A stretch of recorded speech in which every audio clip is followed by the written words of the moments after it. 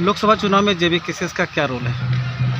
देखिए, रोल तो हम लोग का बहुत इम्पोर्टेंट है। ये हम लोग के लिए एक पहली सीढ़ी में हम लोग चढ़ने जा रहे हैं और झारखंड राज्य की बहुत बड़ी आबादी, जनमानस, विशेषकर युवा पीढ़ी, शोषित वंचित लोग एक उम्मीद की निगाहों से हमें देख रहे हैं। और चुनाव की राजनीति में ना, इलेक्ट्रल पॉलिटिक्स में कदम रखने का हम लोग सोचे नहीं थे, लेकिन जब 2 साल का भ्रमण किए, 2 साल नहीं करने से भी लगभग 4 से 5 हज़ार गाँव का मैंने स्वयं व्यक्तिगत दौरा किया और उन गाँव की जब समस्याओं से मैं परिचित हुआ और जब मैं समस्याओं में बैठने लगा, धरने पर, आंदोलन में, बहुत सारे रिजल्ट आए हमारे सामने। तब एक रायशुमारी बनी, चाय की दुकान से, गांव की पगडंडियों से, चौपाल से, कि जो बच्चे धरने पर बैठकर न्याय कर सकते हैं, वे लोग अगर संसद में बैठेंगे तो कितना न्याय करेंगे। और एक रायशुमारी हुई, तो हम लोगों ने कहा कि आज के दौर में जिस प्रकार से पॉलिटिक्स का नेचर है, क्या हम लोग फिट बैठेंगे? तो फिर झारखंड के तमाम लोगों के बीच हम लोग गए, एक रायशुमारी बनाए और उन्होंने कहा कि आपको चुनाव लड़ना चाहिए, हम लोग आपके साथ हैं। और फिलहाल हम लोग चुनावी समर में उतरे हैं और लिहाजा 8 प्रत्याशी हमने दिया है विभिन्न लोकसभा क्षेत्रों से और उम्मीद करते हैं कि ये पॉलिटिक्स हमारे झारखंड के भविष्य को तय करेगी। चतरा और सर चतरा आसान नहीं होगा, कहीं भी कोई भी, गिरिडीह भी आसान नहीं है और ना ही धनबाद आसान है। हम लोग यथार्थ को जीने वाले युवा हैं, हवाई बात नहीं करेंगे। आसान कोई भी चुनाव आसान नहीं है, मुखिया का चुनाव आसान नहीं होता है, लेकिन हाँ, हम ये मानते हैं कि हम लोग 100% देते हैं, हम लोग 110% देंगे। मैं अपना उदाहरण देता हूँ। आज 5 बजे सुबह ही हम हजारीबाग आए हैं, वहाँ से तुरंत चतरा के लिए निकले हैं। यानी हम लोग खाना क्या है, सोना कहाँ है, ये सारी चीज़ों को डिक्शनरी से हटा दिए फिलहाल। तो लिहाजा हमें उम्मीद है कि हम लोग यूथ हैं और हमारे पास जो एनर्जी लेवल है वो इस चुनाव में हमारे लिए बेहतर करेगा, हमें रिजल्ट देने की स्थिति में आएगा। और हमें उम्मीद है दीपक जी भी यूथ हैं और इनकी एनर्जी कहीं ना कहीं चतरा में हमें एक बेहतर स्थिति में लाके खड़ा करेगी। सर, चतरा में 2 बड़ी पार्टियां आपके सामने हैं, भाजपा और महागठबंधन। सर, कैसे इसमें आप अपने आप को स्थापित? देखिए, दोनों पार्टियों को 23 वर्षों से झारखंड की राजनीति में उन्होंने अपने आप को स्थापित किया। 23 वर्षों की झारखंड की राजनीति में जनता ने उन्हें मतदान दिया, उन्हें चुना, उन्हें सत्ता देने का काम किया, सत्ता के शीर्ष पर बैठाया, लेकिन फाइनली उन्होंने हमेशा दिल्ली की बात कही है। झारखंड की कोई बात नहीं करता है।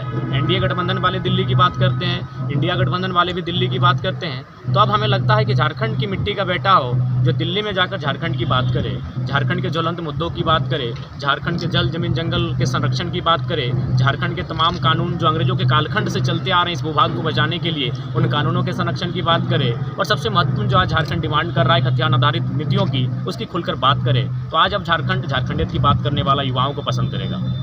सर, ये टोटली कितने सीट आपके आ सकते हैं?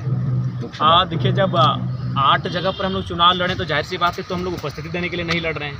हम तो आशा करेंगे कि 8 सीट हमारे आएँ, लेकिन अगर फिर भी कहा जाए तो हमें उम्मीद है कि 2, 3, 4 सीटों पर हम लोग रिजल्ट कर सकते हैं। सर, फंडिंग कहाँ से हो पाएगा, क्योंकि आपके पास यूथ है? देखिए, फंडिंग जनरली लगता है आपका बैनर पोस्टर्स में, फंडिंग लगता है आपका बूथ में।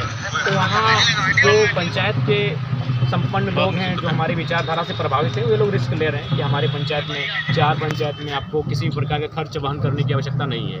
और आज जो रैली में हम लोग आए हैं, ये अपने फंड से, अपने निजी कोष से झंडा बना के आए हैं, बैनर बना के आए हैं। और देखिए ना, आज चुनाव में लोग प्रत्याशी अपना गाना बजाते हैं, लेकिन आज देख लीजिए पूरे झारखंड के कोने में हमारे नाम का गाना बज रहा है। अभी हमने किसी भी गायकर को नहीं कहा कि हमारे लिए गाना बजाए, तो पहले उनको धन्यवाद देते हैं। तो लिहाजा देखिए, एक विचारधारा की एक लड़ाई, और इस विचारधारा से जो लोग प्रभावित होते हैं वहाँ फंड मायने नहीं होता है। सर, गिरिडीह में सर आप किस तरह से देखते हैं? सर, देखिए, गिरिडीह आत्ममुग्धता से बचते हुए कहना चाहेंगे, गिरिडीह के जो प्रत्याशी हैं वो चुनाव से दिलचस्पी नहीं ले रहे हैं। वो अब आखिरी 2 रातों का इंतजार करते हैं जहां धनबल का प्रयोग किया जाता है। आप चाहें तो गिरिडीह की ग्राउंड रिपोर्ट के लिए पहुंच जाएं, जो भी प्रत्याशी हैं वो ग्राउंड में है नहीं। इसलिए नहीं है कि उन्होंने देखा कि इस लड़के के सामने टक्कर नहीं दे पाएंगे, इसके संघर्ष के सामने, इसके समर्पण के सामने, ये जो एनर्जी लेवल इसने दिखाया है। और मैंने पहले कहा कि शायद भारत देश का हम पहला प्रत्याशी होंगे जो एक पंचायत तक कदम रखेंगे। गिरिडीह में लगभग 400 पंचायतें, 4 नगर निगम के क्षेत्र है, कोई ऐसा क्षेत्र नहीं होगा जहाँ हमारे कदम नहीं पड़ेंगे। तो लिहाजा वे लोग उस दिन का इंतजार कर रहे हैं जब धनबल के माध्यम से चुनाव में प्रभाव डाला जा सके। चतरा के चुनाव कैसे किया? चतरा के चुनाव में भी हम लोग बेहतर स्थिति में रहेंगे, क्योंकि आज चतरा में कितने क्षेत्र का दौरा यहाँ किया? चतरा में देखिए, लगभग हम 3-4 जो विधानसभा के क्षेत्र हैं उनका दौरा हम कर चुके हैं, और जो 3 या 2 बचेंगे चुनाव के जो कैंपेन होंगे उनके दौरान करेंगे। क्या यहाँ महसूस किया आप चतरा में? देखिए, चतरा में महसूस किए कि आज चतरा कहीं ना कहीं पिछड़ा हुआ क्षेत्र है। आज भी यहाँ के यूथ में नाराज़गी है, यहाँ के किसानों में नाराज़गी है, यहाँ के मजदूरों में नाराज़गी है। तो चतरा को डेवलपमेंट करने के लिए एक बेहतर रोड मैप की आवश्यकता है, एक बेहतर विजनरी लीडर की आवश्यकता है, जो छोटी छोटी चीज़ों को बेहतर तरीके से अपने टेबल पर बैठकर डिस्कस करे। गिरिडीह में सर आप अपने सामने किनको पा रहे हैं आप सर? देखिए वर्तमान सांसद अभी ठीक अलग चूँकि वर्तमान के सांसद हैं तो लिहाजा अपने सामने उनको पा रहे हैं, लेकिन आप मथुरा महतो जी के भी दरकिनार नहीं कर सकते। लेकिन मेरा मानना है कि मथुरा जी रेस में फ़िलहाल तो नहीं दिख रहे हैं, आगे अभी समय बचा हुआ है, लेकिन वर्तमान सांसद भी कहीं ना कहीं अभी असमंजस की बहुत भारी स्थिति में है और कहीं ना कहीं सब में घबराहट है। और घबराहट इसलिए है क्योंकि कानों कान हमें ये चर्चा मिली कि दोनों ही जो प्रत्याशी उनके समर्थक कहते हैं कि अगर कोई भी जीत जाए वो लड़का नहीं जीतना चाहिए। तो क्यों ना हम एक ऐसी पॉलिटिक्स और एक ऐसी आइडियोलॉजी को लेकर आए हैं जो शायद उनको पसंद नहीं आएगी। इसलिए पसंद नहीं आएगी कि सबको मालूम है कि अभी आज के डेट में लीडर क्या करते हैं। पहला बात तो अपने खुद 15 साल 20 साल पॉलिटिक्स में रहते हैं और उसके बाद जब वो रिटायरमेंट लेने की उम्र में आ जाते हैं तो अपने बेटे को चुनाव में खड़ा करके चले जाते हैं। तो इस पॉलिटिक्स को हम डेड करने के लिए आए हैं। इसलिए गिरिडीह लोकसभा में ये चर्चा है। एनडीए वाले कहते हैं कि कुछ भी हो जाए जरमुआ ना जीतक जाए, यूपीए वाले भी वही कहते हैं कुछ भी हो जाए जरमुआ ना जीतक जाए। काहे ना जीतक जाए ना, ये अब राजा का बेटा राजा बनेगा, उस मिथक को तोड़ने के लिए आया है।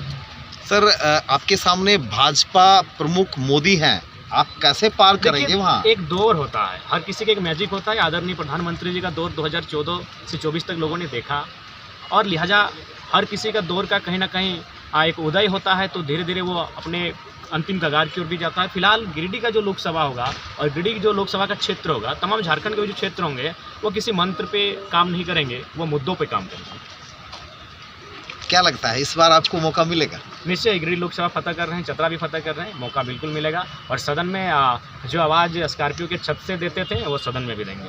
सर क्या सर क्वालिफिकेशन आपका? देखिए हमारा qualification master of arts English literature से कंप्लीटेड है और फिलहाल डॉक्टर ऑफ फिलोसफी पीएचडी हम कर रहे हैं इंग्लिश लिटरेचर से। सर डॉक्टर अभिषेक सिंह ने कहा है कि वो कितना पढ़ा लिखा है, क्या है पहला वो? बात ऐसे नामों का तोल ना दे जिनको जनता जानती नहीं है, क्यों हम उनको जनवाएंगे?